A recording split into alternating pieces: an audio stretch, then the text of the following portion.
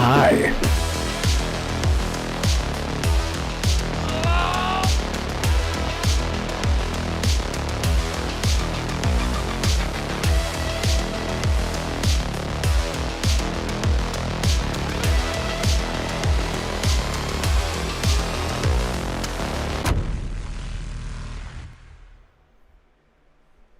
Look at that.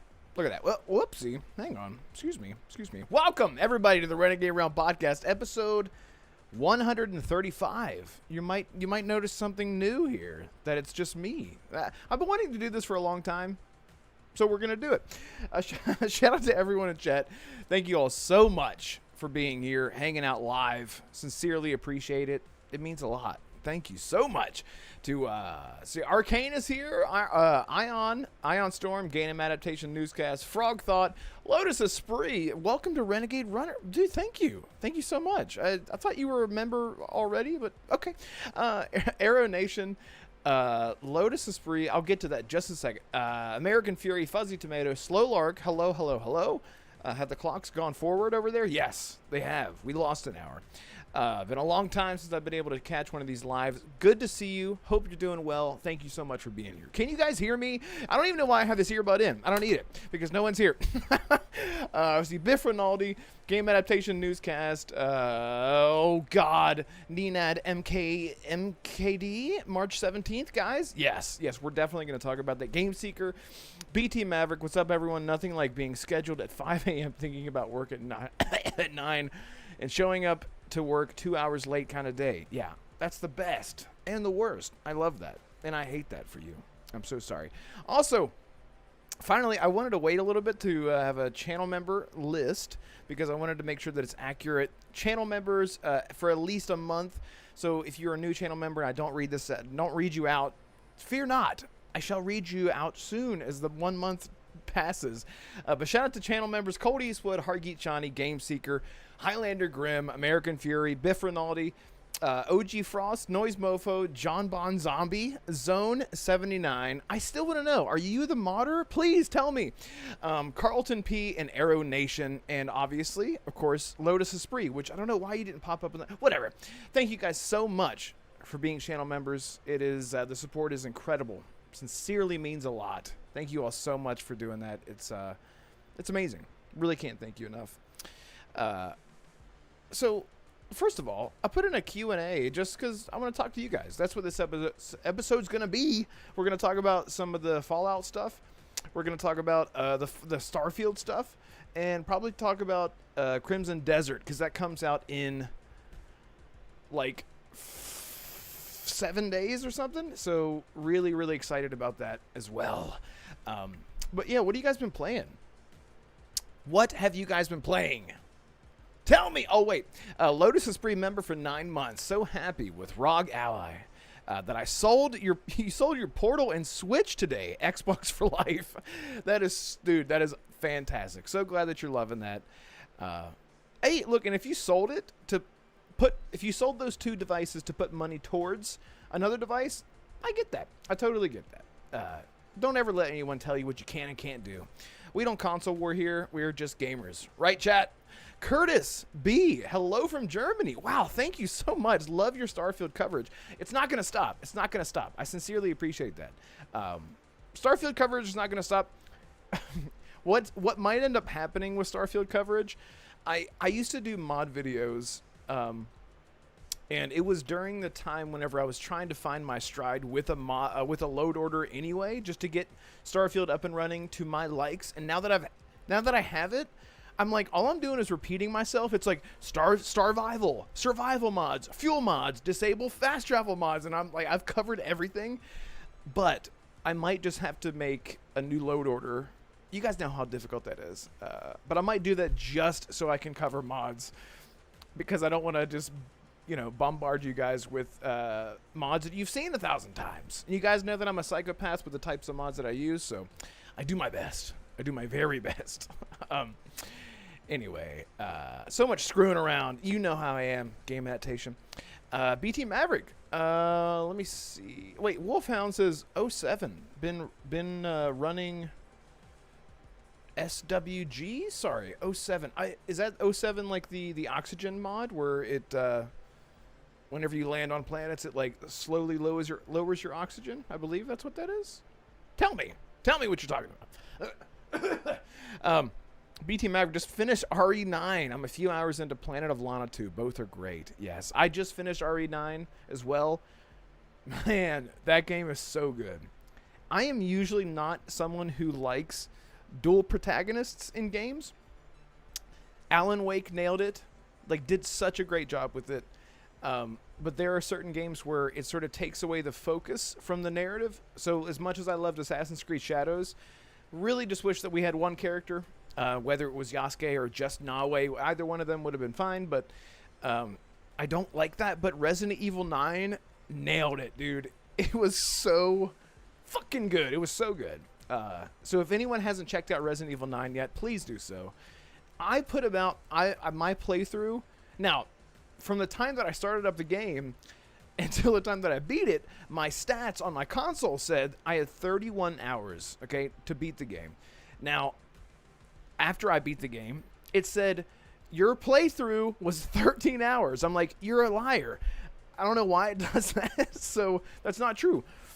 I'm accounting for reloading, going into the menu, dicking around, clearing the map, doing all that kind of stuff. It was 31 hours in one playthrough, so I don't care what my console says. However, there are people doing New Game Plus and doing all the bonus stuff, and they're beating the game in like 37 minutes or something. So I'm like, what the fuck? But yeah. So yeah, I beat that, and I also beat... no, I didn't beat anything else. I'm lying. I've been playing a game called Shadows of Doubt. And if you guys look that game up, you're going to be like, what is wrong with you? It's it's sort of like Minecraft-ish graphics, but it's set in this cyberpunk neo-noir city, and you play a detective.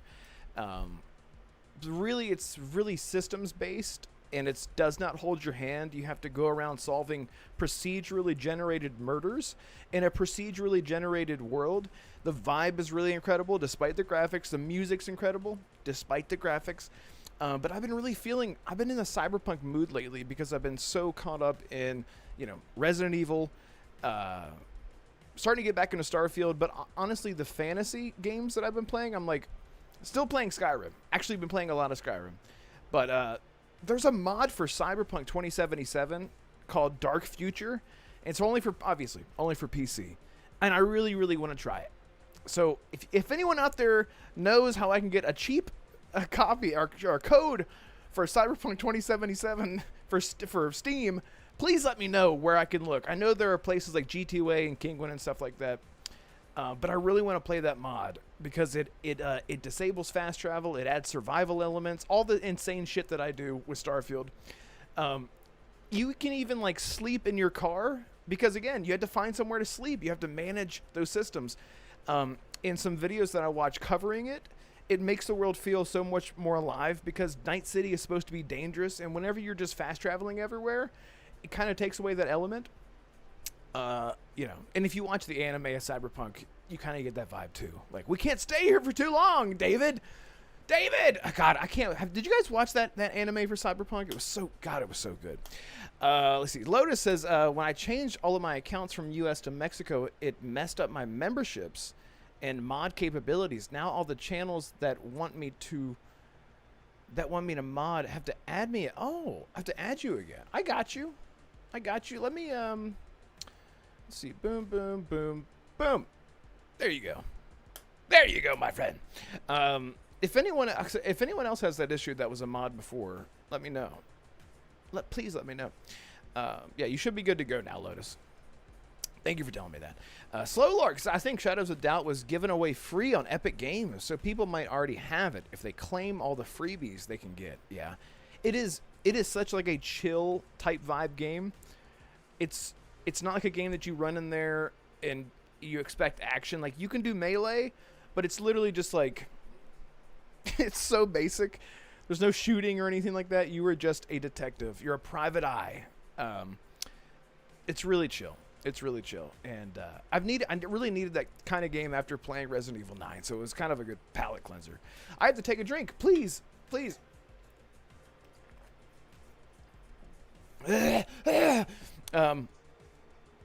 Let's see. Mind's Eye says playing Starfield and Kingdom Come Deliverance 2. Bro, obviously, love that you're playing Starfield. I got Starfield. I got Kingdom Come Deliverance 1 last month. Bought a custom steelbook for it and everything. And I can't wait to get back into it. It's one of those games that you cannot step away for too long.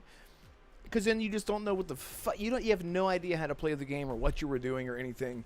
You really have to stick with it because it is absolutely a skill-based game. I can't wait to get back into it. I actually got back into Kingdom Come Deliverance. Sorry, I gave it a second try after I got into the Stalker series. And you guys know I love Stalker.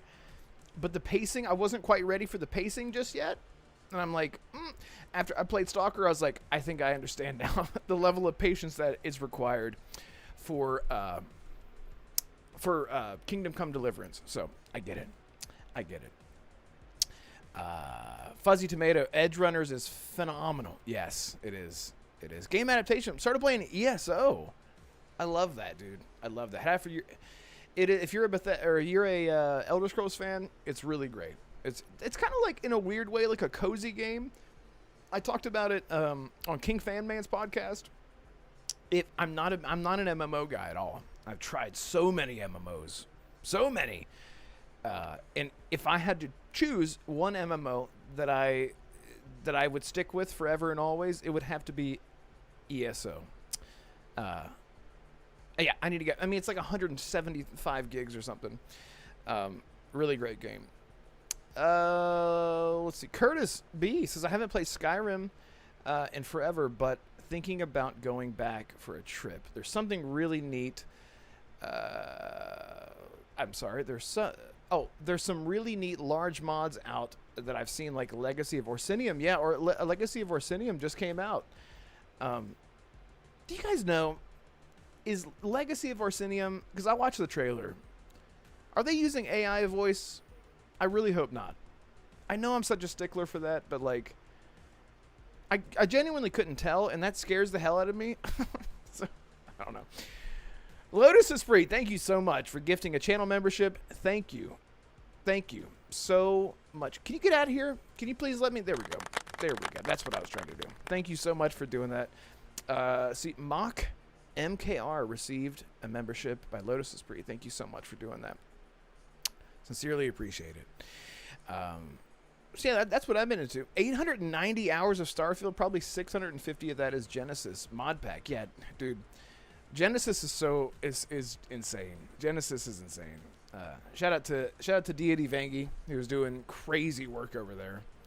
That dude is a legend. And he like kind of fell into modding Starfield.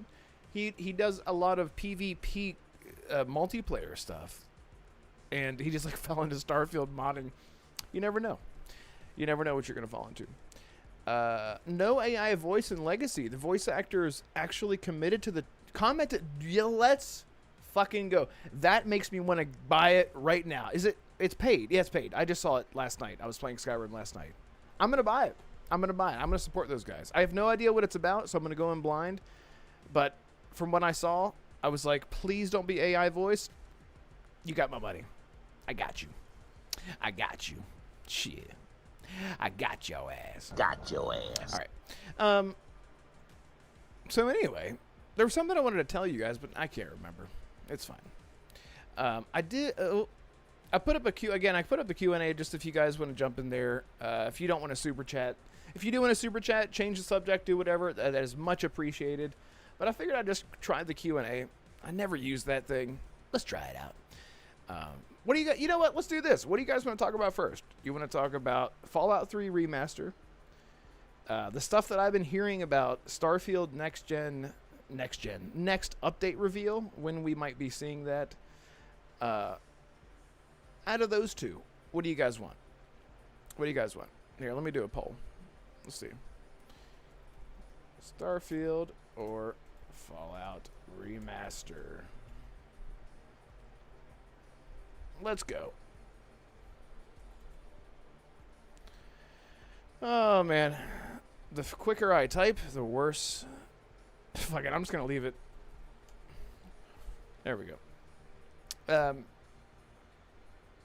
I have been wanting to get back into. I say get back into Starfield as if it ever stops. Same thing with a Fallout game or Skyrim or anything like that. You always return. You always come back.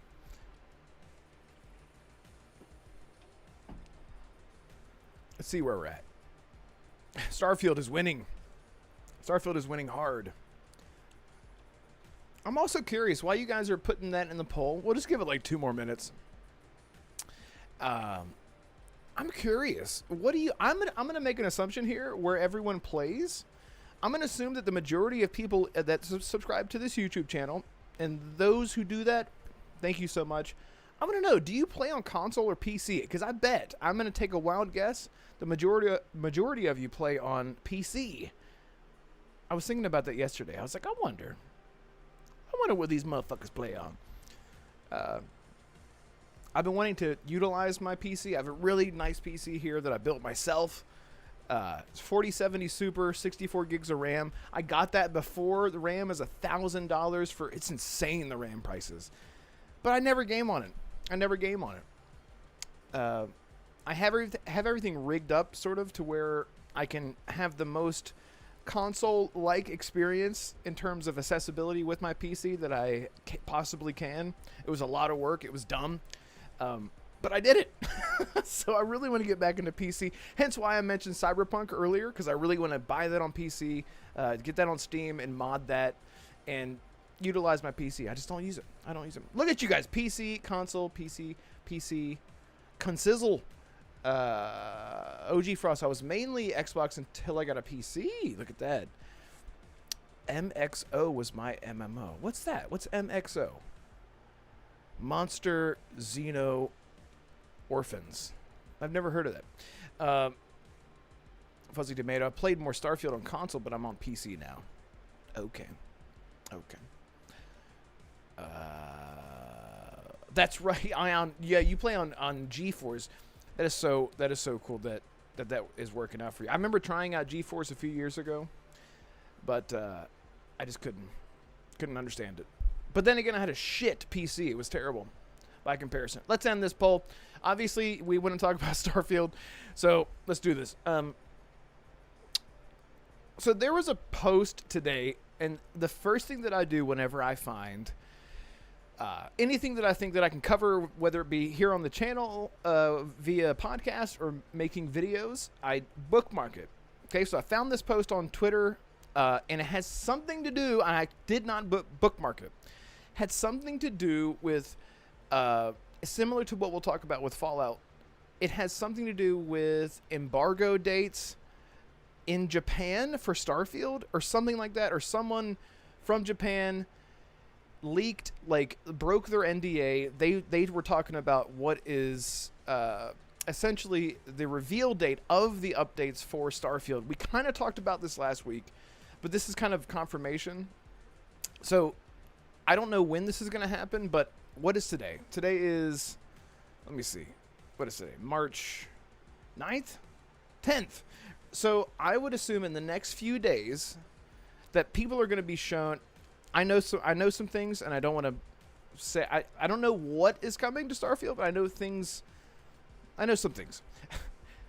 Some things are going to be shown for Starfield, and somebody apparently broke their NDA. That's essentially what it is. And in that NDA, they essentially stated that the details that people will be shown behind closed doors for the updates coming to Starfield, that embargo will lift on the 18th of March. That's the day before Crimson Desert. So that's really interesting to me. The thing that I wanted to talk to you guys and ask you guys about, because I don't understand. This is twice now that they're showing behind closed doors features of Starfield. We know people like Jessica Starr, Jay Duke. There's plenty of other people to mention that are big Bethesda fans, really great people that were shown the behind the scenes stuff for Starfield. Todd Howard recently came out and said that they are moving into a position where they're ready to talk about Starfield, and he said soon-ish. Now that was only like a week and a half, 2 weeks ago, almost now, right? Not even that. And so the fact that we have those are two corroborating timelines, right? And now we have someone who apparently broke NDA, and they're saying that the 18th is when they can talk about the updates that are coming to Starfield. Now, we also know that the 17th of March, the day before that, is apparently when you can pre-order Starfield for PlayStation 5 or PlayStation.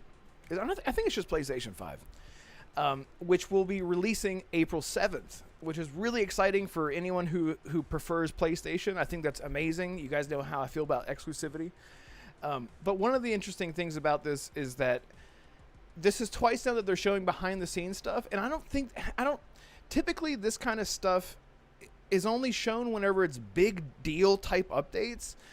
And so we have Todd Howard on one hand saying it's not Starfield 2.0, but the people like you that love Starfield, you guys in chat, me, this stuff is going to make you happy, essentially. If it was just quality of life updates, why wouldn't they just do their typical dev update where Tim Lamb comes out with his cool looking hat, Todd Howard comes out with his leather jacket, which I think is only exclusive for live events, and just do a presentation video like we are used to nowadays, similar to how we got with the Oblivion remaster, reveal, and shadow drop, or whatever you want to call it. It has to be big deal kind of stuff. And I just want to know what you guys think about that, because I swear to God, the reason I haven't made another video, and it's been 8 days now, is because I don't know what the hell to talk about, because I never want to waste anyone's time. I never want to be just repeating myself over and over again and saying things in different ways just for content, because I genuinely don't have anything to talk about this week other than Crimson Desert. But whatever is going on behind the scenes, it has to be bigger stuff than... It's just strange. I don't know. Like, has there ever been a time... Like, did Cyberpunk get a behind-the-scenes look before its 2.0 launch? That launch was huge, by the way. Cyberpunk 2.0 wasn't... Cyberpunk got a huge overhaul to its skill tree. But then over time, it got things like you could ride the train. You could listen to the radio. You could have more romance hangout options, and that list goes on and on and on. But that was over time. And so now, whenever you look at Cyberpunk, you look at it like it's a Cyberpunk 2.0, but it didn't just happen overnight. So whenever we got a video that was breaking down, I think it was before Shattered Space. It was whenever we got the vehicle for Starfield. There wasn't any sort of behind-the-scenes stuff there. It was like Phil Spencer.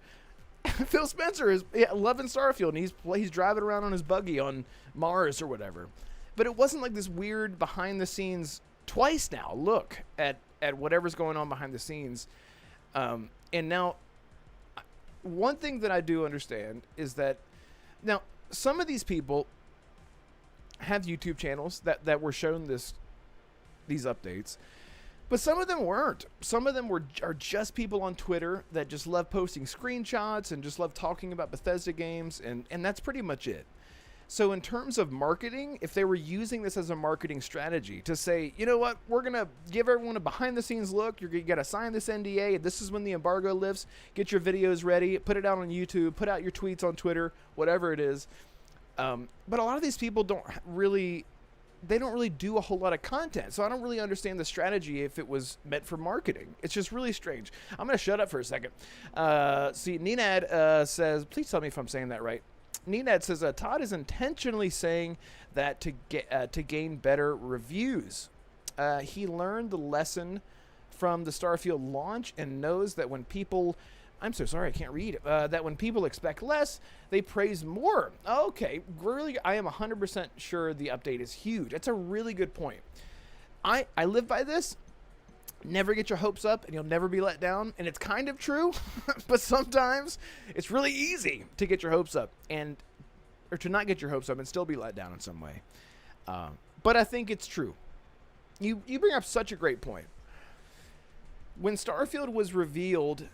It's the same. Speaking of Cyberpunk, we can talk about the two things side by side. Whenever Cyberpunk was revealed, everyone got in their heads that Cyberpunk Oh, I remember a good friend of mine was like, I'm gonna be like Decker in Blade Runner. I'm gonna be like a detective, and I'm gonna like that's who I'm gonna role play as. And I remember another person be like, I'm gonna be a cyber psycho, and I'm just gonna run around just killing everything. And I'm like, can we even do that in the game? And people started running away with these crazy ambitions for the game that they really wanted it to be. And it turns out you can't do any of that kind of stuff in Cyberpunk, and it was the same thing with Starfield. However, there's a lot of things that Starfield does that people did expect, and for some reason they were trying to put Skyrim and Fallout in, trying to like mesh that in with the space game, which, I've said this a million times, it doesn't work with a space game. If you're not big into No Man's Sky or Star Citizen, those kind of games, Starfield is just not going to work for you, and that's okay. People get so mad when I say that, by the way. If you don't like Starfield, that's okay. Like, no, you should be mad. F you. Throw yourself out of an airlock. What the hell was I saying? So, it's the Cyberpunk, right. So, to your point, Nenad, it is a really good point, because if everyone's expectations were so effing high before the launch of Starfield, I think it would behoove them to say, don't expect too much. It's not Starfield 2.0. It's Starfield 3.0. No, I'm just kidding. But it's just something bigger than what people are expecting. It's a really good point. Curtis says, I do agree, at least in this instance with Bethesda, there was a lot of hope and hype for Shattered Space, and there were a lot of people let down because of imaginary expectations. It is what it is. Dude, I liked Shattered Space a lot. And as you guys know, I've said it 100 times, I only spent $10 on that because I got the premium upgrade. A lot of people spent $30 on that, so I can understand being upset. But there are a lot, let's just be honest here. Excuse me. There are a ton of people that heard about Starfield, that got really excited about it, that never played Skyrim or Fallout or really had any expectations of the types of games that Bethesda puts out. Excuse me. The types of games that aren't incredible storytelling and incredible voice acting and these spanning quests that just made you cry and laugh and scream. Bethesda has never done that. Bethesda has never been one for choice and consequence, and I can't believe that my choice affected the world in this. It's never been about that, ever. It's always been about, who do you want to be, how do you want to live in the world, and your experiences, right? Whenever we think about Skyrim and the types of quests that we engage with in Skyrim, even like the siege of Whiterun, right? It's not like we're like, that was the greatest thing in the entire world. It was great for what Bethesda did, but it wasn't like exploding everyone's brain, right? So whenever you look at games that have really great, like a Cyberpunk, we're just going to talk about Cyberpunk for the rest of the show. So whenever you look at quests like Cyberpunk that were gut-wrenching, and the immersion was incredible, and the depth of the quest, The Witcher 3 does the same thing. There are a lot of people that never played Skyrim, that never played Fallout, that just were jumping into Starfield because it was new, fresh, and it was by a studio and a company with an incredible pedigree. They expected, so they jump in there, and they expect stuff like, they expect Cyberpunk, they expect The Witcher, they expect even things like Avowed or like Outer Worlds, just any traditional AAA RPG nowadays. And they went into it with the wrong expectations, and they got very disappointed over it. So that's why you have a lot of people saying the Starfield is really boring and there's nothing to do. It's because you want the boom, boom, boom, boom, boom, like the moment-to-moment gameplay that people just eat up in the AAA gaming space.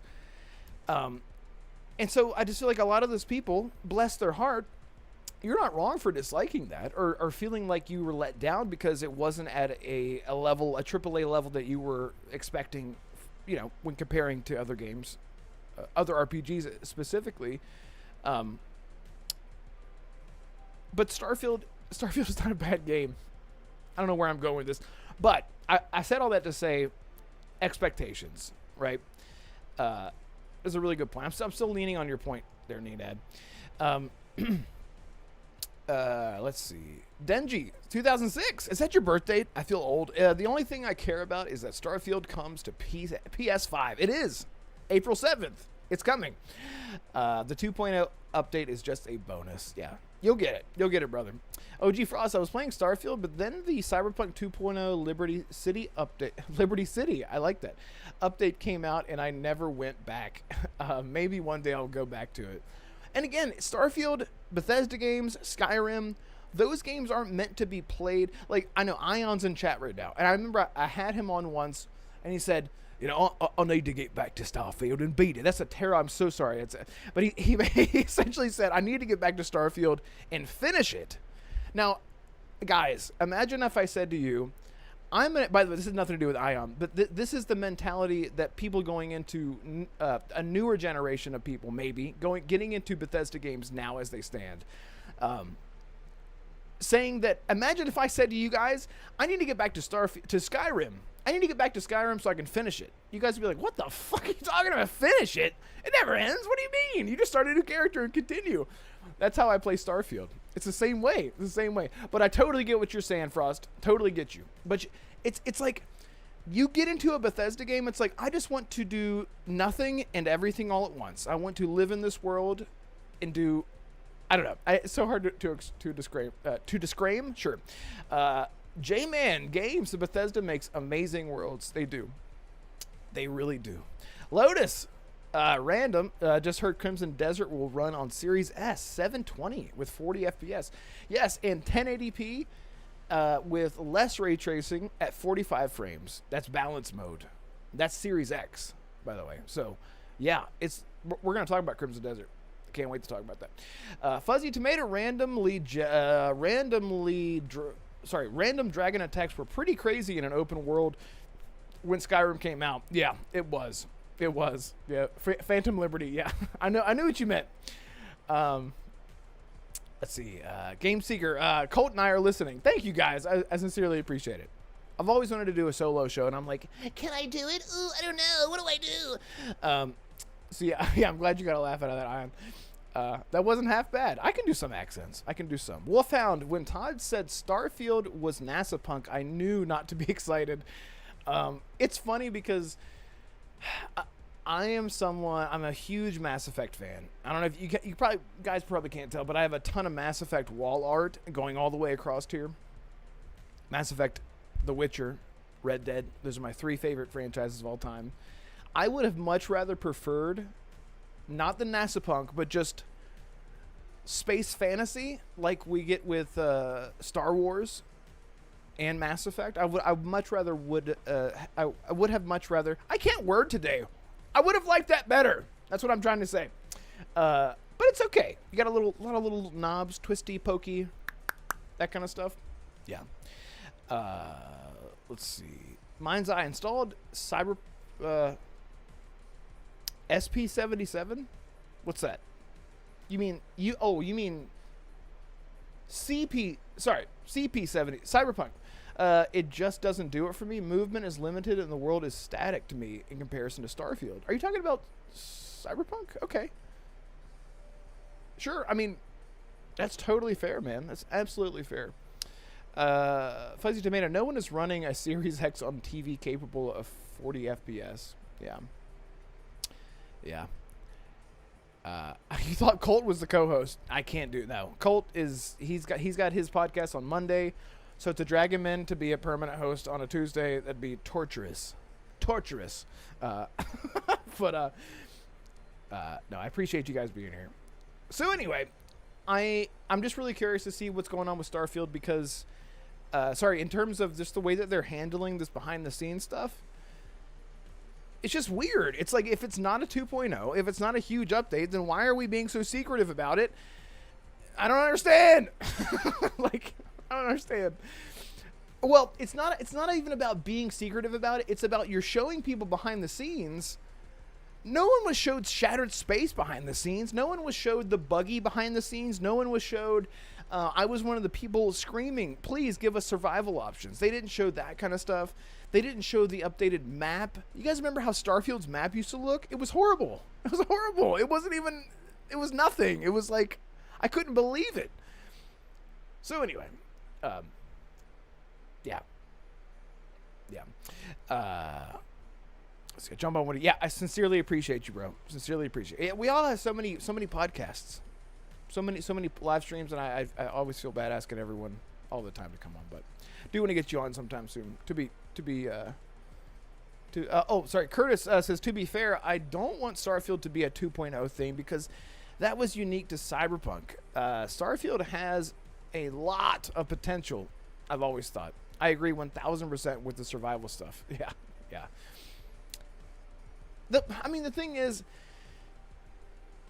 there are a lot of us, me included, that jumped into Starfield day one and was just absolutely blown away by everything. And then you have the same type of people, and I'm sure a lot of you guys are on PC, but you know, the Steam reviews where it's like 875 hours, would not recommend. And you're like, are you fucking kidding me? What are you hating the game for 900 hours straight? I don't understand. So there were a lot of people like me who put like 400 hours into it, vanilla Starfield, without survival stuff, without mods, without any of that, 300 to 400 hours. And then I said, time to take a break, right? And then now that we modded up, we have all these updates and everything, we view vanilla Starfield as like a 0.8 version of Starfield or whatever, which honestly is fair. But whenever you say that you don't want it to be a 2.0, I feel like the 2.0 aspect of a video game only takes place after years of updates. And I always compare No Man's Sky as a prime example of this. No Man's Sky didn't just come out one day and say it. They came out with No Man's Sky Next update. They added third person. They added tons of even more procedural generation. They completely revamped the way that procedural generation works. They essentially updated the algorithm that creates life in their game, which is so cool. But now look at No Man's Sky. No Man's Sky is still to this day getting free updates. It is evolving like every 3 months. It gets a new update, and it's overwhelming how much content is in that game. But that just happens over time. So in retrospect, you can look back and say, wow, No Man's Sky kind of is like No Man's Sky 2.0, but it didn't happen overnight. And so that's like the best thing that I can hope for Starfield with a 2.0 is it's not like they're just going to drop a ton of features that'll change everything for everyone. Todd Howard even said that. He even said, it's not going to change everything for everyone. If you already love the game, you're going to love this update. Right? But I hope that Starfield is supported over the years to eventually say, wow, this is like Starfield 2.0. Have you played Starfield in the past year? Because last year in 2026, it got this crazy update. And now it's changed dramatically from that. Like if you think about the buggy, we got a buggy. And now we look at the buggy like, yeah, we got a buggy. But it's like, people were screaming from the rooftops, give us a vehicle, we need a vehicle, give us a vehicle. And they're like, hey, here's a vehicle. And they're like, okay, thanks. So anyway, and it's like, now it's not even a big deal anymore. But I totally understand what you mean, Curtis. Maybe you just mean everything all at once. Let me see. Wolfhound, all the secrets make you wonder if they're going to kill the game. Don't say that. Don't you dare say that. Let's see. I think the part of the problem is as much as we love Bethesda's worlds, 10 to 15 years between each game means every new game must be everything. It absolutely has to be. Yeah. Really, really well said. Absolutely. Like Cyberpunk revamping the skill system in Starfield could be an easy win. Yeah, I mean, yeah, it's funny, like, I would much rather prefer the skill system, the skill tree in Starfield to be just traditional Bethesda. There's only one gate, and that's you have to choose the skill to unlock it to be able to then be used like a traditional, to level up like a traditional Bethesda game. So like in Skyrim, I don't need to go choose the sword skill to level up swords. I just use those things and then you level up in them. Starfield, it's the same way, except you have to first choose ballistics and then you start using the ballistics and then you actually start leveling up. I would love for them just to get rid of that gate. But then again, maybe they tested that and they said people are leveling up too quickly with the way, if we're going to use a traditional Bethesda like a skill system, maybe people will just be leveling up too quickly. That it's not fun. But I don't know. I'm not a developer, you know? They could have made that work. See, J-Man. Maybe the first behind the scenes was just the engine updates, and now it's the DLC they're showcasing. They had to do the engine before making the DLC, right? Right, exactly. A lot of these updates have been foundational, for sure. And I'm hoping that whatever they do next is a little bit of both, a little bit of foundational mixed with some substantial stuff. Terran Armada is hopefully going to be a big deal. I'm hoping Terran Armada is going to be kind of like the Dragonborn DLC in terms of scope and changing the world and making you, view things differently. Denji, I played Starfield through Game Pass 2 years ago. I hope that they fixed the Starborn thing. It was such a huge disappointment that there was no overarching story to unfold during each playthrough. What do you mean by that? Do you mean the Starborn thing? It was a huge disappointment. I'm sorry. I'm not sure what you mean. I know that there's like the New Game Plus. I won't spoil if anyone... the Unity, which is New Game Plus. I know a lot of people had issue with that because you can't carry over gear and ships. I think you can only carry over your character and maybe just what you have on you. I've only ever done it one time. You guys know how I am about Starborn stuff. I'm not quite ready to be a Jedi like my father before me. Leveling up can be just so inconsistent in Starfield. Depending on what you're doing, you can go hours without... without gaining a new skill. And that's exactly my point. And you would... Dude, I'm sure that there are people here in chat that are like level 700 in Starfield. I probably have gotten to like level 48. In level 48, I'm talking like 200 hours in that one character. Maybe a little less. So why can't we have traditional leveling like we're used to? I don't know. Backbone 420. Thank you for being here. Thank you all so much for being here, by the way. Please hit the like button. It's just little old me. I'm depending on you guys. We're at 30 likes. 30 likes, 60 people. Let's get to 45. Let's do that. It's free. It's free. Backbone says creations on console need some fixes. Hope to see that in the next update. Currently has issues that are actively working against people modding on console. Really? Okay. Interesting. I do agree. Sometimes it's a little screwy. Let's see. Sorry, there we go. You don't carry over any equipment, just the skill points and your powers. Okay, right. You just like spawn naked? I mean, that's fine with me. It's fine with me. Umbra, what's up, man? Good to see you. Fuzzy Tomato, it's really easy to get good weapons in New Game Plus, though, so I don't think it's a major issue. Yes, Mind's Eye. I hope Creations get some love. Load order management on Xbox is painful. Yeah, so many things could make me spend... Man, I cannot read. There we go. Hope Creations get some love. Load order management on Xbox is painful. So many things could make me spend more. I literally can't run another mod without it crashing. Yeah, that is the nature of modding in general. It's much easier to do on PC because you have things like Vortex or like Wabajack that can just check things for you. Because you could have like a load order of 195 mods and everything's working perfectly. And then you install like a texture pack and everything just breaks. And you have no idea.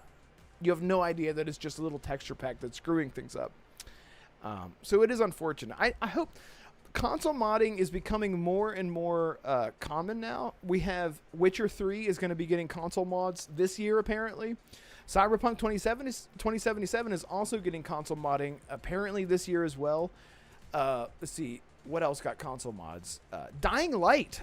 Dying Light has console mods. I don't know if you guys even knew that. Stalker 2 has console mods. The Stalker original trilogy has console mods. But even then, it's still not as streamlined. So by comparison, if you were to go look at other games with console mods, you would be like, you know what? Never mind. Bethesda, you're doing a fine job because it's really rough with other games. Typically, a lot of the other companies use mod.io, and it is you click on mod.io, and it takes you to your web browser, and you have to download mods in your web browser with your controller. So it's not as intuitive as just having a full-on creations menu. But I do understand. It does need work. Things can always be better. Colt, why don't you make me go faster even yet? Colt says. Thank you. Denji, you just got advanced alien technology out of nowhere for no particular reason. I was really hoping it was going to be aliens or something. Nothing happens. Yeah, a lot of people want aliens, man. I do too. Like, I wouldn't be upset about that. I think it would be great. Like, we get, like, animal aliens, but nah, man. I want, like, Thane from Mass Effect, you know? I want, like, Garrus Vakarian calibrations. That's what I want. Backbone. Submenus don't pull results incorrectly. Yes, absolutely. Yep.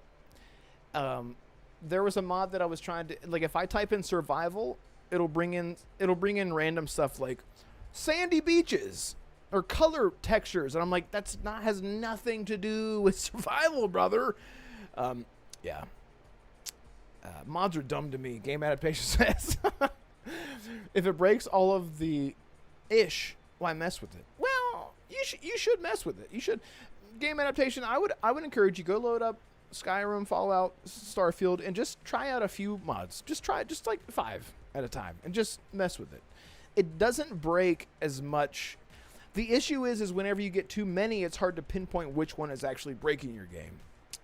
And a lot of us just can't stop. You know, it's like Bilbo.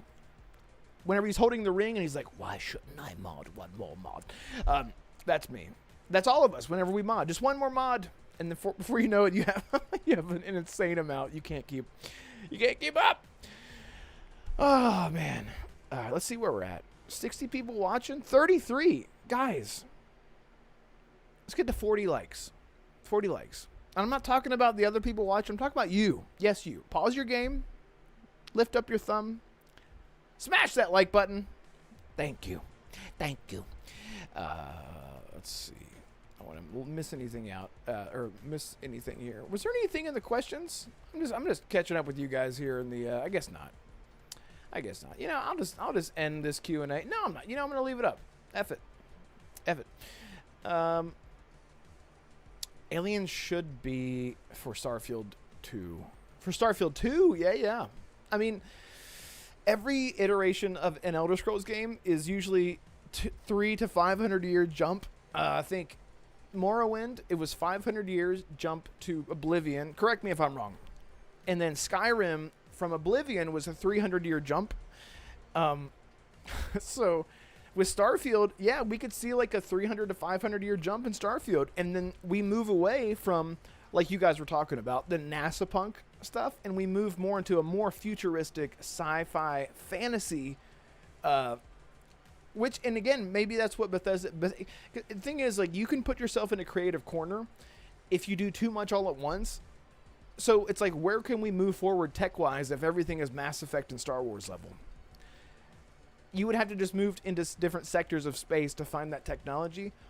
So I think that Bethesda did the right thing in terms of if they want to move forward with Starfield in the future, Starfield 2, Starfield whatever, that they started out at a base level that we can sort of vibe with, NASA punk.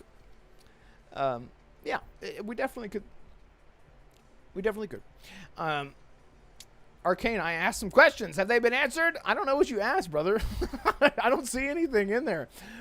Let's see. Lotus is free. Thank you so much. Gifted a channel membership. Umbra got it. Nice. Look at that. Hell yeah. You're so nice. Lotus, thank you so much. Support is everything. Sincerely appreciate you. Darth Peppa. 111. Starfield 2. 2047. Oh, like for release date? Probably. A weed whacker, man. Question for Red Wolf. Law, do you use a razor to shave your head or clippers? I use a razor. And I do it in the shower. It's every 2 days. You just get in the shower and you're done. It's done. I've gotten pretty good at it. I used to use clippers. I did. But the razor's just much more efficient. It doesn't take as long. And you're in the shower. You know, might as well just get it all done while you're there. You know? The next game you find is Star Scrolls. Yeah, that would be great. Let's see. Did you really put in question? Let me look here, because I don't know what's happening. I don't know why I'm not seeing it. Questions. There it is. I'm so sorry. I'm so sorry. All right. Listen. Well, I see Umbra and I see Arrow Nation. I don't see yours, Arcane. Sorry, brother. Too bad. Too damn bad. Well, let me get. What is your question? What is your question? My question was, do you serve fries with that shake? And when will Starfield finally croak and die? Love you. I don't eat too much fried stuff, and I don't do sugar. I don't do it. Got so healthy. But I just have a really bad digestive stuff, so I can't do too much of that. When will Starfield die? Probably on April 7th when it comes to PlayStation and dies. No, let's hope not. Let's go. Let's go to the questions. I saw two questions here. Arrow Nation. Thank you, brother. Thank you for being a channel member. If you want to become a channel member, that is an option. Is an option. Totally up to you. Sincerely appreciate the support. And I love you guys. Mean that. Mean that. Arrow Nation, what is a game from your childhood that you'd like to see a remaster of? Oh, man. You son of a bitch. Well, KOTOR is getting remade. Otherwise, I would have said that. Since we're on the topic of Bethesda, I would say Morrowind. But I don't think Morrowind can ever be remastered or remade because there were little to no voice acting in that game. Everything was text-based. And I don't think a modern audience can handle reading paragraphs and paragraphs of dialogue. But game from my childhood, remaster. We already got Mass Effect remaster. Man. Game from my childhood. I mean, it KOTOR. I do hope I think KOTOR is coming to all platforms. I hope so. I think it was just PlayStation first. But I think now it'll come to PC and Xbox and probably Switch, because Resident Evil 9 seems to be running really well on the Switch too. I can't think, bro. I can't even think with my top of my childhood. Well, I was gonna say we got Metal Gear Solid 3. That was a game. Metal Gear Solid, by the way, 3 Snake Eater. That was the game that got me into survival games and survival mechanics and whatnot, because that game had all that. Not as what's the word? It's not as hardcore as some of the other survival games, but it got me into it. So I don't know, man. I don't know. Umbra, Red, what is your currently your top 3 most anticipated games for this year? Dude, that would be, I can tell you right now, for this year, I got it right here. Replaced Crimson Desert, which is next week, and Life is Strange. Believe it or not, I'm a huge Life is Strange fan. I played that at a time in my life where a lot of stuff going on, and I picked up that game at the right time. Never knew that I needed to play a game where I'm a 19-year-old in college or whatever you're in. And the vibes of that game really transcended more than just the video game itself. It ended up being the music and just everything so dramatic and silly, but it just hits me in the feels. So to the point now where that game feels nostalgic. But if you're someone who's never played Life is Strange, you might jump into it and be like, what the fuck is he smoking? But yeah, that's my answer for that. Chance Harper. So let's see if you actually see a comment by me. When do you think the update announcement will be? Also, do you agree that this update is needed like I do? Yes, and I've seen you in the comments. I've talked to you a couple times. I talked about this earlier. The embargo lifts apparently is lifting on the 18th. So that's when we'll apparently see the update. That's what I have seen. That's what I've seen. and the update would probably be launched on the same day. So I would assume in the next few days, some people might be seeing it because we're getting like another behind the scenes look. Yeah, and I do think it's needed. Or do you think it's not needed? I think any updates, anything additive is needed. Yeah, for sure. For sure. Let me see. I'm just going to leave that there. Let me see. Control Resonant better be on your list, Red, or I'm going to fucking lose it. Man, I'm gonna be honest with you. I have no interest in Control Resonant. I don't. I just don't. Like, I wanted to be excited for it, but, like, I wanted to love Control. I think the story is really great. I hated that game, dude. Like, it was Claustrophobia, the video game. I'm just like running through hallways in concrete, drab, liminal spaces the entire time, and I was so frustrated, man, with the combat. I was like, I just ended up having to put it on like one-shot invincible mode and just going through it just for the story. And even then, I was getting stuck. I'm like, F. So then I heard about Control Resonant, and I'm like, maybe this will be better. And now it's just nothing but a big liminal city where you're flipping shit up. I'm sorry, bro. I just don't care.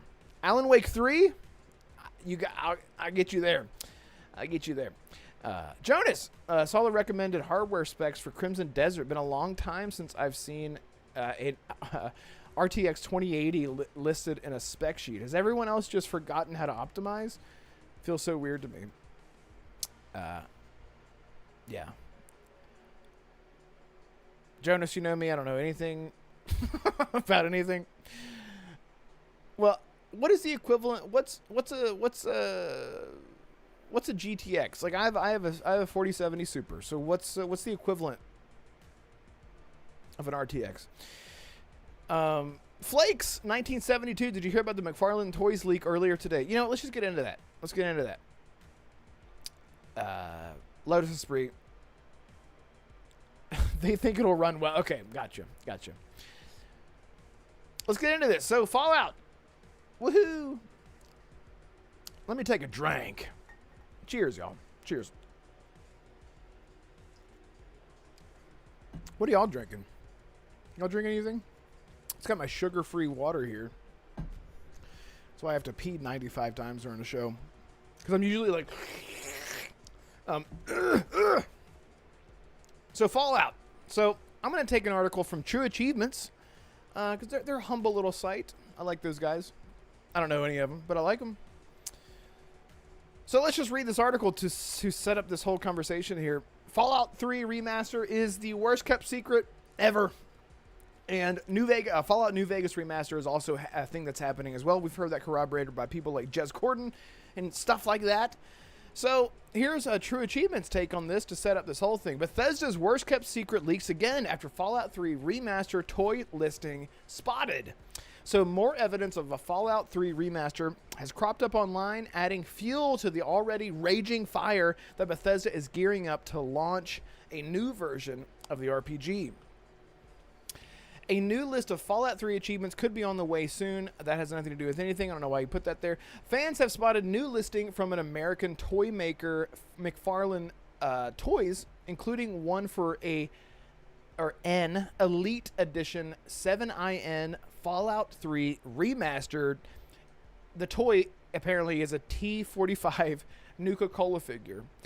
The store page for what appears to be a Nuka-Cola themed Power Armor figure shows a pre-order release date of August 31st, 2026. Holy shit! Which, if true, could mean that we might see Fallout 3 Remaster hit the Xbox Store in the coming months. Naturally, with any leak like this, it should be taken with a hefty pinch of salt until more is revealed. That said, rumors of a Fallout 3 Remaster have been floating around for years at this point, and there's no smoke without fire. That's right. The remaster was first mentioned in official court documents from Bethesda, from Microsoft's battle with the FTC, like they call it battle, back in 2023. The leaked document listed a bunch of projects Bethesda was working on and their expected release dates. This included Oblivion Remaster, which launched April 2025 directly into Game Pass. Since then, we've heard numerous rumors from leakers and insiders that the Fallout 3 Remaster is still happening, but nothing has materialized yet. So, let's close that. Oh, that's a lot. That's a lot. So, one of the things that I always look out, whenever, especially whenever the ABK stuff was happening, a lot of these things are now at least pushed back 2 years because the Oblivion remaster was supposed to come out 2 years ago. Now we're 2 years separated from that, which means that 2024 release date for Fallout 3 remastered or Fallout New Vegas remastered would fall into 2026. So this does make sense. And we know a lot of things were changing internally, especially after the acquisition of ABK. Microsoft had to maneuver and move studios around, and of course, lay off entire studios because that's what they do, to make room for this huge acquisition with Activision and Blizzard King. So because of that, a lot of these things obviously got pushed back. So we've been hearing about this for a long time. The thing that's really interesting is that whenever we see things like this, like actual merchandise be shown, it's pretty concrete because those companies are not going to wait for you. They're not going to, and as far as I know, there's not a lot of strong arming going on with, let's say, Bethesda telling McFarlane Toys, do not release your product until we're ready. But here, from what I understand, it is very much like, here is the release date. Here's your release date. Here's our release date. And they usually coincide with each other because companies want their product to be hot off the hype. People aren't going to be caring about Fallout 3 remastered merchandise a month after the game comes out. Now, it could be releasing shortly before because that's whenever you capitalize on hype. And then we all have the thing where we have buyer's remorse. I've had it where I buy a steelbook for $90 or $90 deluxe edition of a game. We've all done it. You beat the game, and then you're like, why did I do that? I was just caught up in the hype. But August of 2026, that's really exciting. And we're actually, next month is actually the 1 year anniversary, if you can believe it, of Oblivion Remaster. So it would actually kind of make sense to sort of stagger that just a little bit. That would be a year and 3 months away from Oblivion Remastered. So I say a lot to say that if McFarlane Toys is dead set on their August release date of that merchandise, it would have to be at least within a few weeks of release for Fallout 3 Remaster to capitalize on the hype. It's sort of like whenever you put out a review of a game that's already out, right? So if you put out a review before the game's out, people are interested to hear about it because why? They're not playing it. They don't have their hands on it. If you try to put out a review after the fact, after everyone has already had we don't care. We don't care about that. We don't care.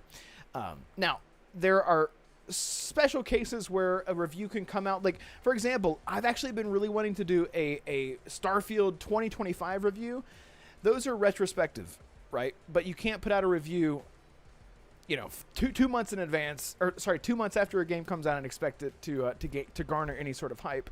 So we could be seeing this release date for the actual toy to capitalize on the hype, and we could be seeing a release maybe even like in September, like a month after. Wait, August, September, yes, October even, maybe October.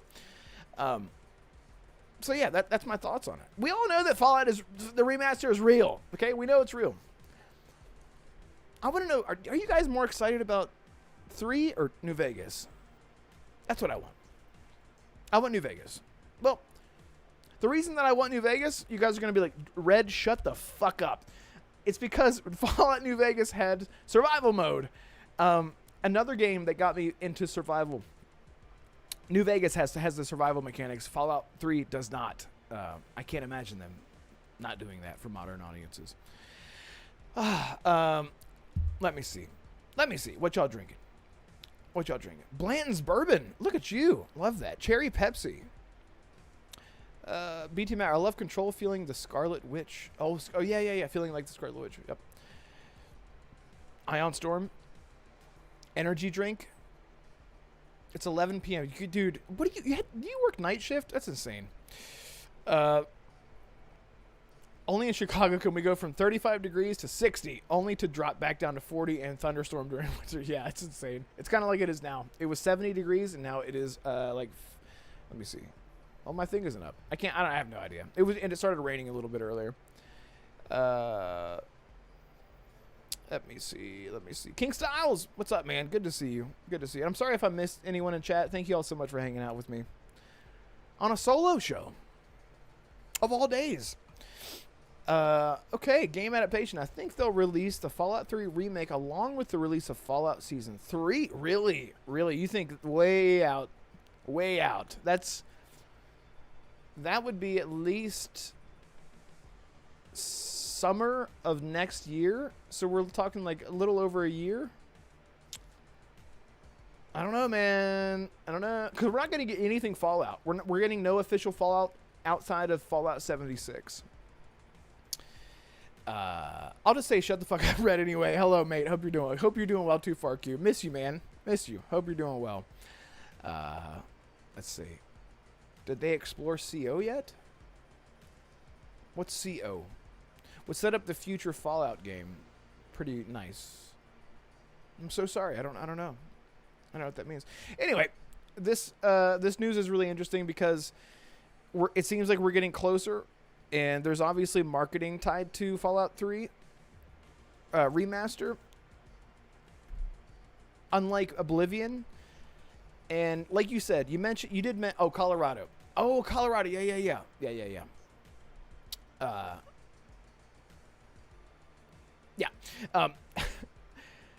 What the hell was I saying? What was I saying? Oh, yeah, marketing. Fallout. Oblivion was the worst kept secret for a long time, and then it just came out of nowhere, and we all had it, and it was a huge success. Todd Howard even said in the interview with what's that guy's name from Kind of Funny? I don't care. I know his name. I just don't care. Said that Oblivion was an incredible success, and I've said this many times. Todd Howard is here's two things. He said he does not like the idea of remaking things. He likes remastering things. He likes to keep things as faithful to the source while making it the best version of what it was at launch. And I'm paraphrasing his quote whenever he was talking about that in the interview there with Kind of Funny. What was the other thing? ADD. I can't remember what the hell else I was going to say. And the second thing was the minimal space between announcement and release date to maximize hype, which is another thing that I talked about with the marketing with McFarlane Toys, because that's going to do really, really well. I think it'll do really well. I've never ordered anything from them that I know of. I usually go through Dark Horse. I have a ton of Dark Horse stuff, mostly Witcher stuff. Shout out to Colt Eastwood. He actually got me one of the Witcher Geralt Dark Horse statues, which is incredible. I'd grab it, but I don't know. It's not here. It's okay.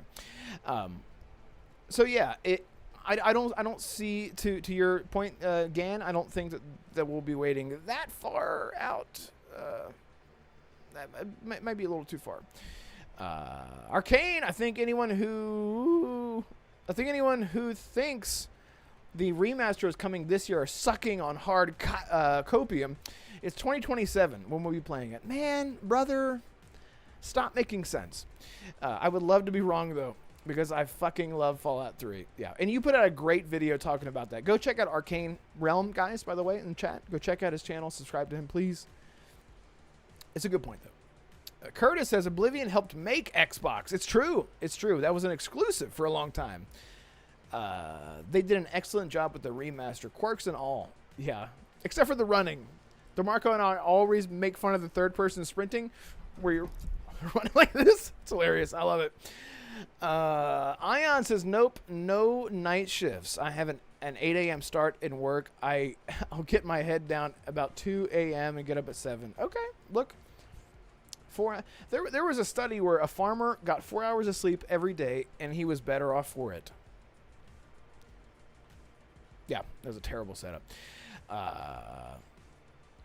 There's a Humble Bundle with all the Witcher and Cyberpunk comics. Ooh, I have 3 comics. I have 1 hardbook comic and 2 soft cover comics for the Witcher.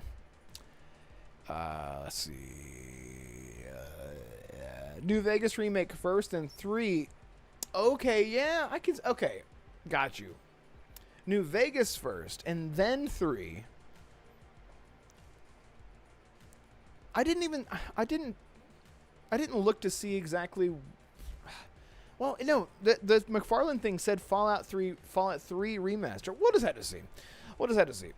Let's see. Arcane, don't subscribe unless you actually care about my content. By the way, I'm not even posting anything right now. Yeah, I'm not either, brother. Life be life. And Great Monad, what's up, man? Good to see you.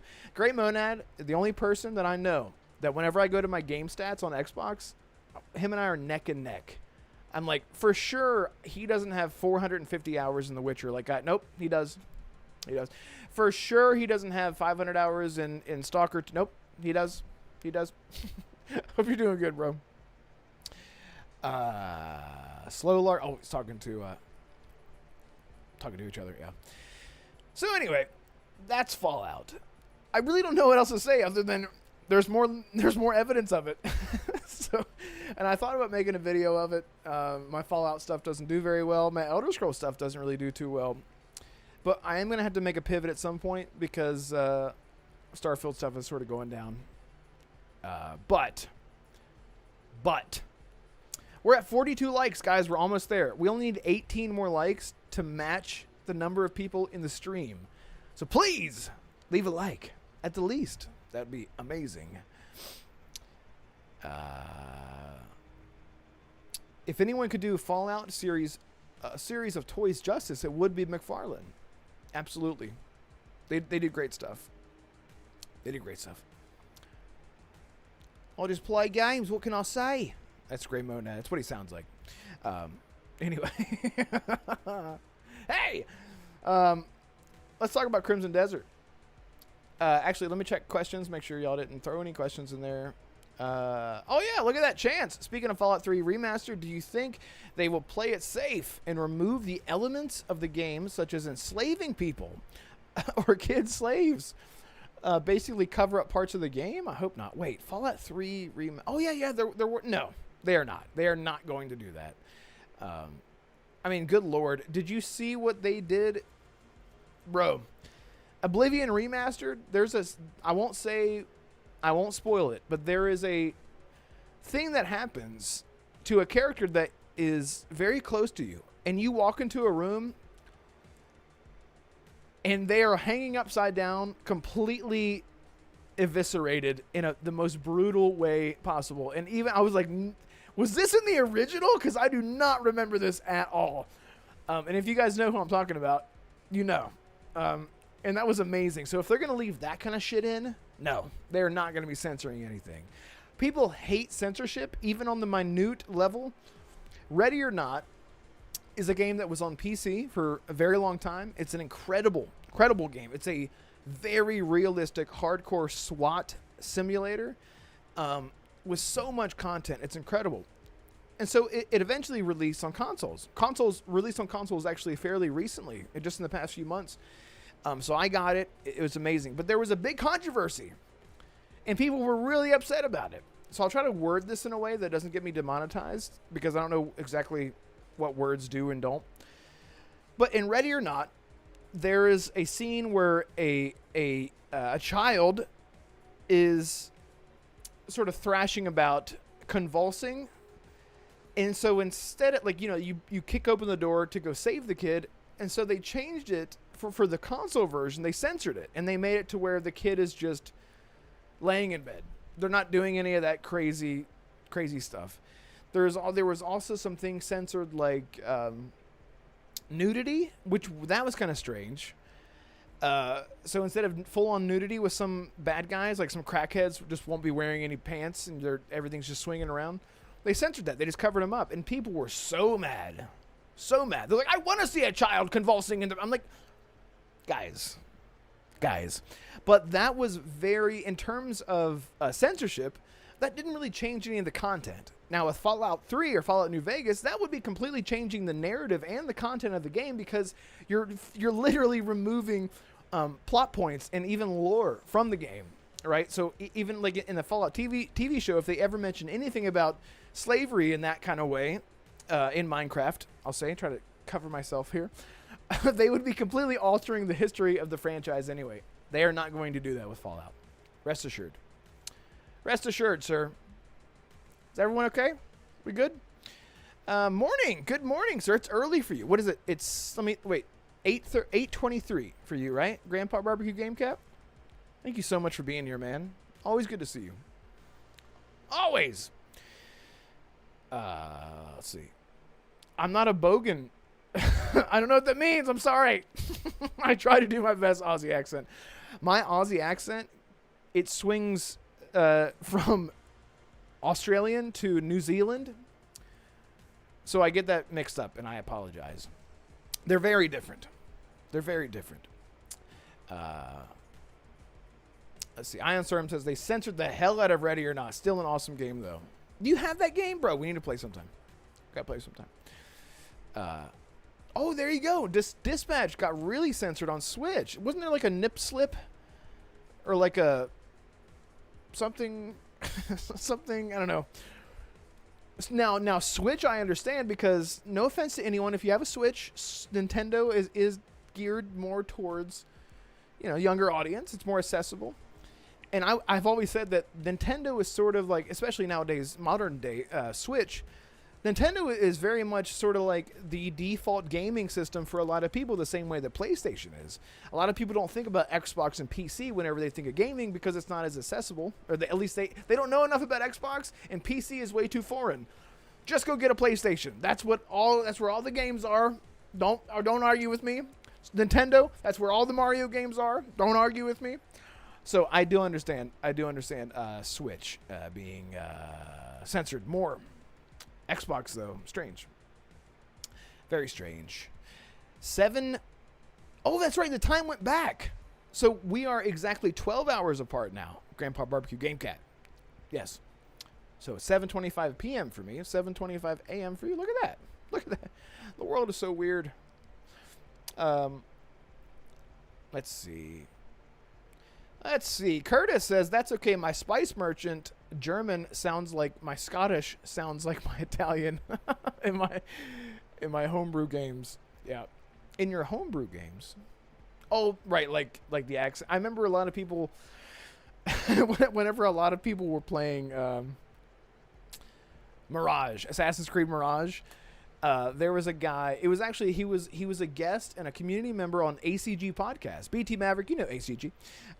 It was Abzi, and Abzi is I can't remember his nationality, but he was very he's very fluent in the actual language.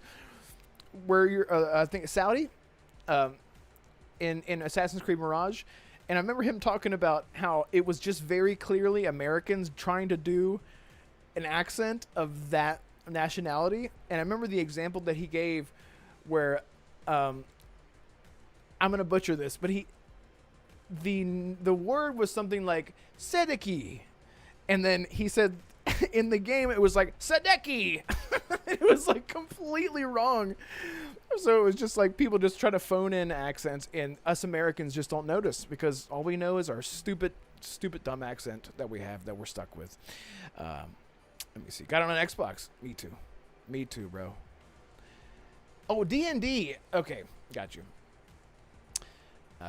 You guys went back. Germany doesn't go back until the 29th. It's so weird. Daylight savings. I don't get it. Love ACG. Abzi is from Brazil. That guy's been all over. I miss Abzi. I know he got married and blah, blah, blah. Been through a lot. It's all American. Yeah. I've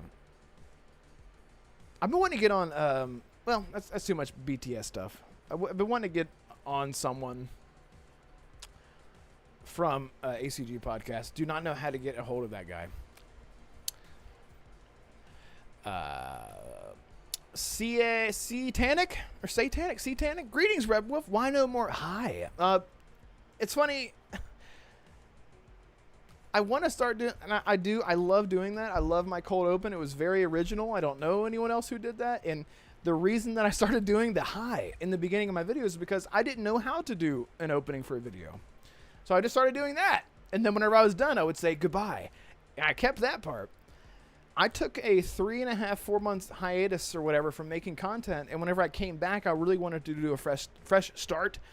I wanted to front load my content at least for the first 30 to 45 seconds with actual information, rather than just my stupid, ugly face just talking about whatever is about to be said. And a lot of people might have just clicked away from that, but you're not the only one.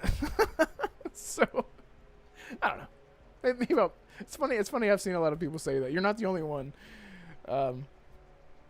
Yeah, I'll bring it back just for you, Satanic. Let's see. American View. I have one last achievement in Starfield before I install non-achievement friendly mod. Let's go, bro. Let's go. It's gonna be so long before I get that. Before I get there, I don't even want to know how much money I've spent on Starfield, because I'm just doing achievement friendly mods, and I don't even want to say how many mods I have installed, and they're all achievement friendly. So now some of them are just like $1. So anyway. All right, you guys want to talk about Crimson Desert? Because I feel like we're all RPG lovers here. We're all very excited for this game. It's not an RPG. It's not an RPG. RPG elements. RPG elements. Yes. Sorry, let me take a drink. My throat has never felt this raw since last Thursday.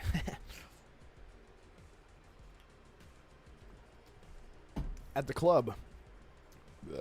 Excuse me. So sorry about that. 44 likes, guys. We're almost there. Oh, okay. All right. So we are officially 8 days away from Crimson Desert. Or no, 9 days away from Crimson Desert. Or no days away if you're where Curtis is. If you get that. It's a dumb joke. Anyway, so Crimson Desert's coming out. I think today there were some specs. Jonas was talking about the specs earlier. And I couldn't tell. You were saying that it was going to run really well because the specs had a recommended for like a 2080 RTX. If I remember, I can't find that. And for the size of the game, it's twice the size of Skyrim. Excuse me. It's bigger than Red Dead Redemption. Do we know the install size? Let me know what the install size is, because I don't know. I just recently reinstalled last night. It was really late. And I was like, let me reinstall Assassin's Creed Valhalla. That's 147 gigs or something. Like, what the fuck was I doing?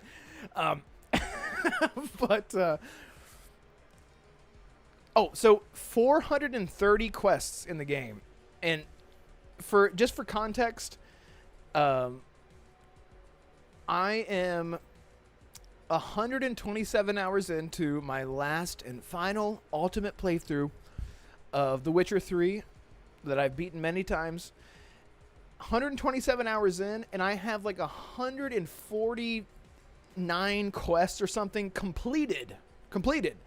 And I have hardly touched the map. It's just been a combination of side quests, monster hunting, and main quests. So for a game to have 430, it's almost like we're sort of reaching Witcher 3 levels, or like even Cyberpunk, same thing. I mean, CD Projekt Red does an incredible job with their density and quality of quests. The thing that I'm not concerned about Crimson Desert. This is I've seen a lot of people say that, like, I'm overwhelmed. Like, I'm worried about being overwhelmed. Like, there's just so much going on. To that, I would say, guys, we just talked about Bethesda games, right? Whenever you jump into a Bethesda game, the aim shouldn't be, I'm going to go do everything, do all the quests, beat the game, and then put it down forever. It's about choosing what you want to engage with. And then once you feel like you've got 150 hours into Crimson Desert, put it down, take a break. Whenever you come back to it, start a new character. And this time you want to do magic, or this time you want to play as the big orc looking guy, or this time you want to play as the chick or whatever.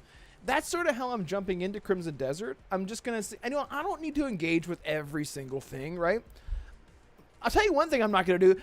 I'm so tired of seeing Cliff with the shield on his back. Get the shield out of here. Get rid of the shield. I don't need a shield. Okay? I know it's dumb, but I'm tired of seeing the shield on his back. But I'm not going to do like the default shield. I might try to do like a two-handed sword with with Cliff, right? And customize him, take away the blue face paint, make his hair look like, my color hair, like a light brown, that kind of stuff, and just engage with the game organically rather than trying to engage with all of the systems all at once, because then, yes, you will get completely overwhelmed. If you look at a game that a lot of people have been comparing Crimson Desert to specifically is something like Dragon's Dogma, specifically Dragon's Dogma 2. Dragon's Dogma has so much content to engage with. I remember whenever I beat Dragon's Dogma 2, I had exactly 100 hours. And that was after going through like some of the end game content. But as soon as I hit that 100 hours, I really felt like I had done everything that I wanted to do, specifically with that character. And I was just the warrior class. I didn't try to do magic. I didn't try to use bows. I just was the warrior class. So now whenever I think about Dragon's Dogma, I'm like, I want to get back into that game, and I want to try to be like, like a bow-wielding guy or a magic user or something like that. So in that aspect, I'm really not worried whenever it comes to being overwhelmed with the game. I don't think it's going to be the kind of game that you jump into, play one playthrough and do everything. There might be some of you out there that do that, but we'll just have to see. We'll have to see. Like, I can go back and play Red Dead Redemption 2 and Mass Effect, right? Now, Red Dead Redemption 2 is much easier to jump into and miss a ton of stuff and then want to go back and replay. Mass Effect is much more linear, and it's a little more difficult to miss a lot of things, but the replay value comes with choice and consequence, decisions that you want to make, relationships that you want to make or not have at all. Crimson Desert seems to be super systems heavy. It's all about systems. It's all about classes. It's all about weapons. It's all about gear. It's all about exploration. And that is like, even if the game was a fully focused RPG, exploration and a player agency should be at the top of the list for a game like that. Let's see. What you guys think? Biff Rinaldi, what up? People just clocked out. Hope you had a good work day, bro. Good to see you here. Thank you so much. I shouted you out earlier in the show. Always been a sword and shield guy or a bow? I've always been sword, just sword, no shield, and bow. I've always been that, like, I don't know what you want to call it. Cell sword? I don't know. Even in Skyrim, I just have one sword and a bow, and that's it. What am I? Am I Aragorn? Does Legolas use a sword? I don't know. Let's see. Curtis B. As long as it's not like the Monster Hunter combat, all those styles and everything was so slow. The wind up and pitch was Monster Hunter has always been that way. And I feel like the way that it continues to be that way is because the audience is there and they do not want change at all. So they're not trying to cater to people outside of the IP. They don't want to mess with that. They're like, we don't want to change it to piss off our fan base, because that it makes a ton. But to your point, Curtis, what I have seen, and I have talked to people who have had hands-on. I don't know if they want me to say who they are, but they have played Crimson Desert, and I asked them recently about it. I said, what was the attack button, or what was the dodge button? And they're like, I don't remember. There were so many buttons in that game, I don't remember. Fighting Cowboy, shout out to Holly, because that blue number, she told me about a video from Fighting Cowboy who actually said the same thing, where he said you were fighting, you're pressing the attack button with one button, and then you're pressing A and X to do a combo, and then you're pressing this button to dodge and this. And honestly, if I can play devil's advocate, if we're trying to get away from making comparisons to other games, like let's say The Witcher 3, because The Witcher 3, I saw a lot of, I had a close friend of mine reach out and say, I don't know, Crimson Desert just looks like The Witcher to me. And I'm like, what are you talking about? Because it's a third-person game and you're swinging a sword. I know King Fan Man, I think he said the same thing. And it's totally fair point. I think if we're trying to move away from comparisons like that you would have to make the controls feel a little bit different than X for light attack, and Y for heavy attack, and B for dodge, and A for jump, and so on and so forth. So whatever Crimson Desert is doing, this might be their version of skill-based combat, because whenever you think skill-based combat, Souls-like is the first thing that pops into your head. I know it is. So if this is their version of doing skill-based combat where you have to really, really know your combos, similar to like fighting games. If you guys have been, I'm not really big on fighting games, but you gotta know your combos. You can't just, you could spam the attack button, light attack, light attack, light attack. But if you're really trying to get into it and learn and actually feel the power, because again, this game is not an RPG. So you actually getting better is actually you getting better. And I've heard a lot of people compare this to Kingdom Come Deliverance.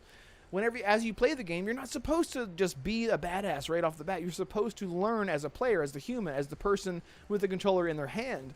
So if this is the way that they make you feel, like the skill-based part of it is you actually getting more skilled with the combos and the intricate design of the layout, whether it's, hold, like I think in The Witcher 3, let's not compare it to The Witcher 3, but let's compare it anyway. I think that your B button is your light dodge, which means you would dodge out of the way of light attacks, like sword attacks, whenever you're fighting humans. You also have a long dodge where you press A instead of B, and that Geralt will dive way out of the way, which is much more useful whenever you're fighting, just spit everywhere, whenever you're fighting monsters, because you can't do a light dodge out of the way. I'm hoping that it's something like that. Skill-based, in a way that makes you feel like you are learning without having to be 50 levels higher than another person, another enemy in the game. It's actually you getting better. Let's see. Crimson Desert, not for me. What? Monad, you shut up. You are a liar. No. What do you mean it's not? You're lying. You're messing with me. I don't believe you. Let's see. I don't want to miss anything. Gordon, hey, thank you for being here. Good to see you, man. It says PC requirements are about 100 gigs on SSD. So 100 gigs on SSD for PC, that means that it's going to be like 100 and it's going to be over 100 for consoles then. Let me see. Curtis, in Bethesda games, light armor, greatsword, longbow. Really? That's interesting. I love that. Legolas uses twin sword. You're right. I'm an asshole. I almost said you're an asshole. How could I forget? Legolas does use twin swords. Yeah. That's a good thing. I'd love to be compared to a game considered by many to be a game of the generation. Yes, absolutely. Monad says, no, I'm not fucking button combos. Okay, but listen, this is just my take on it. You should go check out Fighting Cowboy's review of it, what he talked about. I need to as well. I'm just saying what I heard. Okay. But for someone that I did talk to that played it, had hands-on for maybe half an hour, maybe more, maybe less, couldn't remember exactly what the buttons are, I think that is a testament to that. I think I'm more excited about the exploration aspect of it, because so many games, like exploration sort of is just, it's like you can accidentally bump into a side quest early, right? And because every location is tied to a quest, it doesn't feel rewarding. So, for example, if you go to Bleak Falls Barrow or whatever, right, early in Skyrim, you can do that quest, and then you can walk up to him later, and you're like, what's wrong? And he's like, I just need my golden claw. And you're like, oh, I have it right here. Whenever every location is tied to a quest, it does sort of water down exploration, but in a sort of like a retroactive way, because it kind of does feel good whenever you walk up, and they're like, we need this ogre killed in this village, and you're like, he's dead. Give me my money. And you're like, that's impressive. I can't believe that. But I do love the idea that exploring is actually how you get stronger, because that's where you find gear, and the game is solely gear based. So I'm really excited. I'm really excited about that.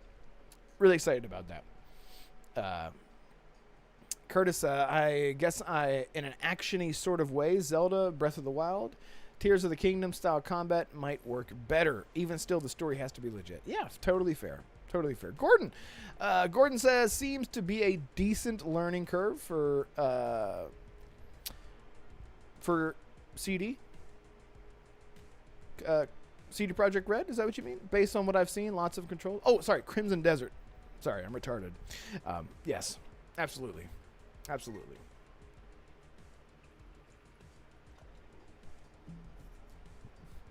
Were you guys happy to see that we're able to customize our character in some way? Because I'm not someone who usually complains. Like, whenever I saw Cliff, I'm like, he looks cool, but what is the blue crap on his face? Like, I don't want to be a savage, or like a barbarian or whatever you want to call it. Like Kratos, for example, like that's like tied to his character. You know, he's got the red paint because it's like actually like the blood of his, you know, it's a whole thing. But with Cliff, I'm like, if we're supposed to be jumping into this game and injecting ourselves into the experience as us as a player, I would like to customize him a little bit. So you can customize the hair. You can remove the crap off his face. I think you can change his beard and stuff too. It's really interesting, and I love that. It's funny because this game, Crimson Desert, was originally supposed to be an MMO. So, of course, as with an MMO, you would have multiple classes, multiple races to play as, character customization out the wazoo. And I think maybe the idea that they had here is that they wanted it to be more focused while also giving you more options. So they said, okay, you know what? Let's leave the ogre guy in. I think his name was Narflack or whatever. Is not his name at all. And then you have, like, Cynthia. It's not her name at all. Can't remember her name. And then you have Cliff. So you have these 3 playable characters. And I don't know what exactly they do differently other than sort of giving you some player agency with your role-playing experience. You know, I want to be a big orc dude. So you can. Or I don't want to be a dude. I want to be a chick. Okay? You can. Or I just want to be a dude, you know. But I guess I kind of respect that they didn't give us full character customization. I would have preferred that. But at least they gave us something, you know. Let me see here. Sin Reloaded is now confirmed for this year. That was a great game back in the day. I played that way back in the day. Never beat it, obviously. Like Geralt in a way. Okay. Slow Lark. I like that the customization option is there. I probably won't do much with it. Really? Okay, so you'll just leave Cliff with the blue paint and the black hair and all that? I mean, he looks fucking cool anyway. Curtis says, true. It was supposed to be an offshoot of their other game. I don't mind the Woad. The Woad? I don't know if that's what you meant, but so, but yeah, I'm really excited for it.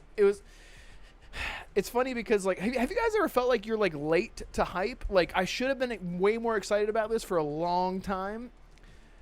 Crimson Desert sort of fell into the category as, like, the day before. For me, for a lot of people, whenever Crimson Desert was shown for the very first time, it literally came out of nowhere from Pearl Abyss, and we saw a dude climbing, fighting a bunch of dudes. It looked absolutely unbelievable. Like, there's no way this is actually the real combat with the particle effects, and just looks insane. And then it cuts to your character climbing buildings like Assassin's Creed. Then it cuts to your character riding a dragon and transforming into a fucking bird or some shit. I'm like, what the fuck? And it reminded me of the day before. If you guys remember that, it was a total scam by Fantastic, the scammer developers. Whenever the day before was shown, it was just so good. It was way too good to be true, and it looked incredible for how they edited their videos, their trailers, and their updates and whatnot. It was supposed to be this huge, sprawling zombie post-apocalyptic MMO where it was sort of like The Division without the actual leveling. But maybe they did promise leveling. They promised everything with that game, and I was burned. And I remember whenever people started picking it apart, and I can't remember the YouTuber. It might have been Gameranx. It might have been Jake Baldino who put out a video talking about how the day before is stealing assets. There's something just off about it. I mean, it wasn't just him. It was a lot of people. And I was like, I don't know about this. So ever since then, and the game turned out to be a complete scam. So ever since then, whenever I saw Crimson Desert, I was like, hang on. Why would a studio with the pedigree of one of the most popular MMOs out there in Black Desert be trying to trick people, right? It was something about the marketing that wasn't like communicative enough or something. Like they weren't like hands-on enough, answering enough questions, because they didn't really want to.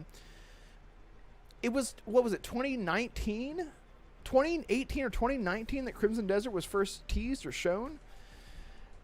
And so now, like, that it's real and it's coming out, I'm like, wait a second, I'm late to being excited for this game. So I'm like, just in the past, like, two or 3 months, I'm like, okay, I'm excited now. It's real. It's happening. I had an Amazon gift card for Christmas that I used to pre-order it. Steelbook edition on Amazon. Go check it out. So now I'm really excited about it. I'm really excited. But in this day and age of video games, it's really, really easy to be jaded because we have been burnt so many times, guys. So many times.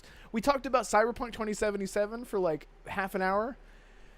When that game was shown, people, now granted, people did run away with expectations that the game never did deliver, but the things that they showed in the game weren't even in the game whenever it was launched. Still an incredible game, but it's just little things like that. It just makes you give some bad faith just to the industry as a whole, because you never really know who to trust unless they are a big, huge studio with a big pedigree that has a great track record of being honest and being genuine whenever it comes to content in their games.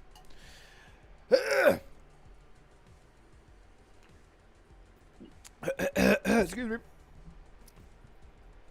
Paint.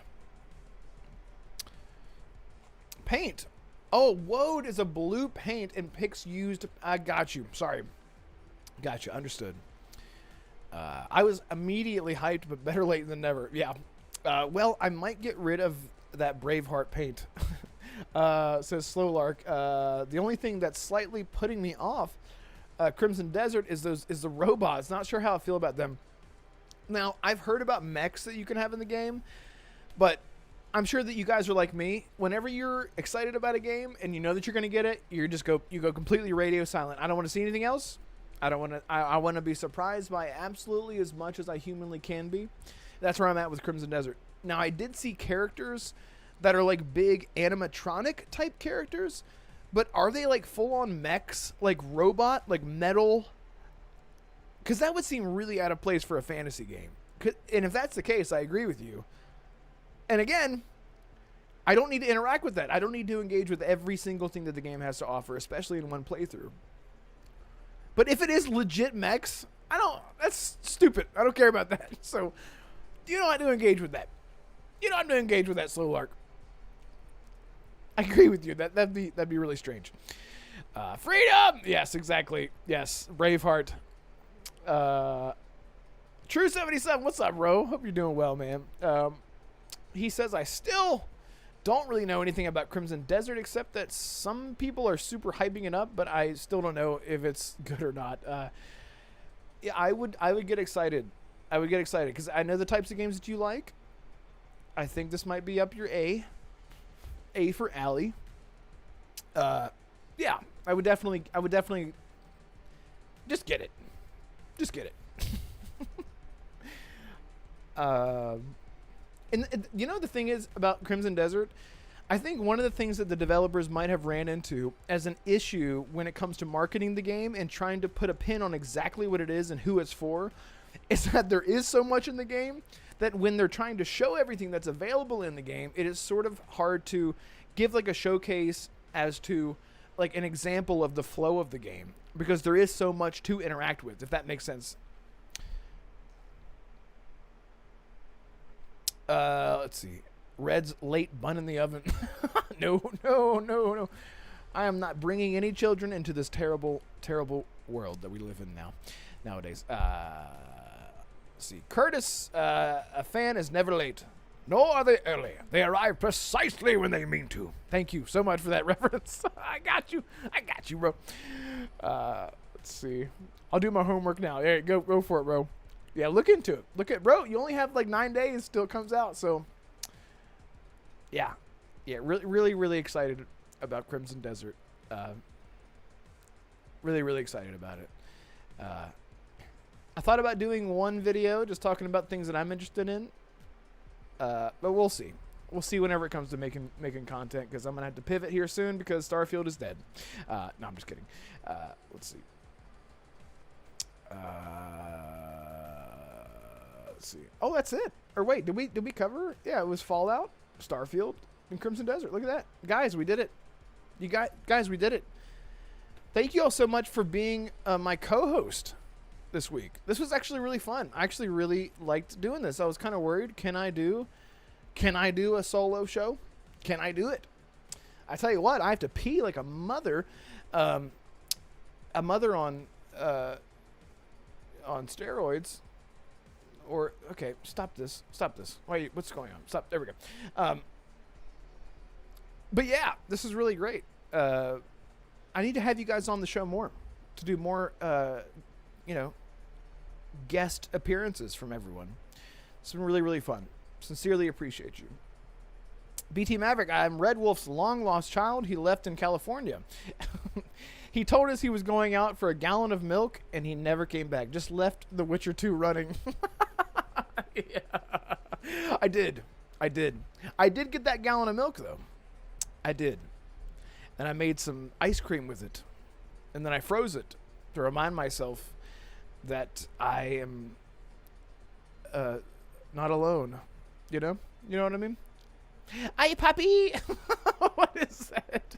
Thank you so much. Oh, my goodness. Thank you all so much. I sincerely appreciate you guys hanging out with me. Please do hit the like button if you haven't already. There's 69 people in chat. Let's get to 69 likes. That'd be amazing. I will put up the timestamps, although what should be pretty easy. Timestamps should be pretty easy because it wasn't too much of a discussion. It was just me talking to you guys. But it was fantastic. I don't want to leave. I don't want to go, you guys. I don't want to go. Take my hand. Come with me. Anyway. Well, this has been really, really fun. I can't believe 2 hours has come and gone. Thank you all so much for being here. And if you're new here, consider leaving a like at the least and a sub at the most. And I'll see you guys next time. Goodbye, everyone.